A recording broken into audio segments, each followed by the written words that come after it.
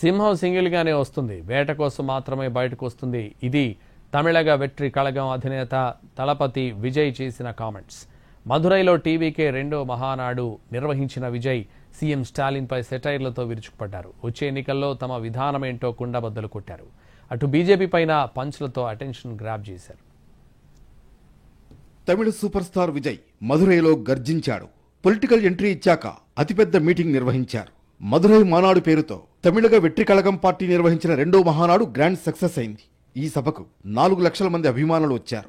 2026లో జరిగే తమిళనాడు అసెంబ్లీ ఎన్నికల్లో తమ పార్టీ విధానాలను మదురై నుంచి స్పష్టంగా చెప్పేశారు విజయ్. బీజేపీతో పొత్తు పెట్టుకుంటారంటూ వచ్చిన ఊహాగానాలకు విజయ్ తెరదించారు. ఏ పార్టీతో పొత్తు లేదంటూనే సింహంలా సింగిల్ గా వస్తున్నారంటూ స్టేట్మెంట్ ఇచ్చేశారు.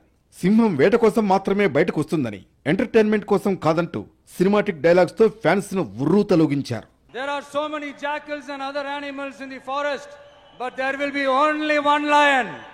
And even if it is single, it will be the king of jungle. It is not only a description but also a clear declaration.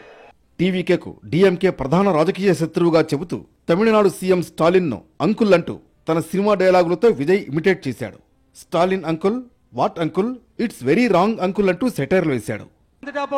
இது வரைக்கும் போகவே போகாத ஒரு மீட்டிங், அத காரணம் காட்டி டெல்லிக்கு போறது, அங்க ஒரு சீக்ரெட் மீட்டிங் நடத்துறது. நல்லா நோட் பண்ணணும் மக்களே, அந்த மீட்டிங் அப்புறம் இந்த இஷ்யூ அப்படியே காணாம போயிருக்குமே. அதேதான் Stalin uncle, what uncle, is very wrong uncle.